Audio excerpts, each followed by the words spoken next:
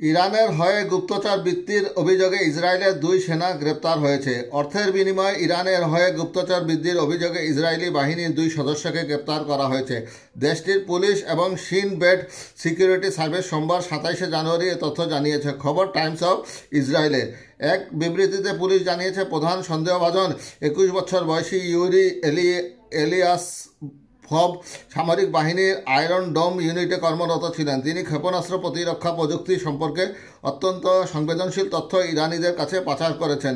পরে ইউরি তার বন্ধু আরেক সেনা সদস্য 21 বছর বয়সী জর্জ আন্দ্রেয়েভকেও ইরানের পক্ষে গুপ্তচর বৃত্তিতে যুক্ত করেন।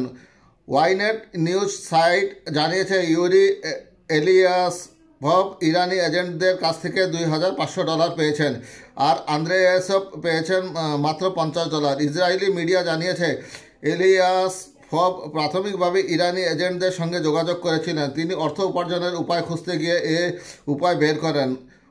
ওয়াইনেট নিউজ সাইট অনুসারে এলিয়াস ফব প্রাথমিকভাবে ইরানপন্থী গ্রাফিতি এঁকেছিলেন এবং তেল আবিবের ইরানের প্রধান সর্বোচ্চ নেতা রুহুল্লাহ খোমেনির স্লোগান সম্বলিত ব্যানার ঝুলিয়ে দিয়েছিলেন। এরপর তিনি দেওয়াল চিত্রটি তার বন্ধু আন্দ্রেয়েভকে দেখান। আন্দ্রেয়েভ তেল আবিবে আইডিএফের কিরিয়া সামরিক সদর দপ্তরে কর্মরত ছিলেন, যদিও পরে আইনি ভয়ে এই প্রকল্প থেকে সরে আসেন আন্দ্রেয়েভ।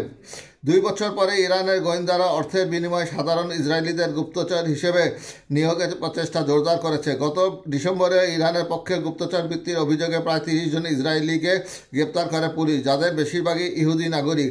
2024 সালের অক্টোবরে নেভাতিম এবং রামাত ডেভিড বিমান ঘাঁটি সহ আইডিএফ ঘাঁটি এবং সামরিক সুবিধাগুলোর ছবি তোলা এবং তথ্য সংগ্রহের অভিযোগে 7 ইসরায়েলিকে গ্রেপ্তার করা হয়েছিল।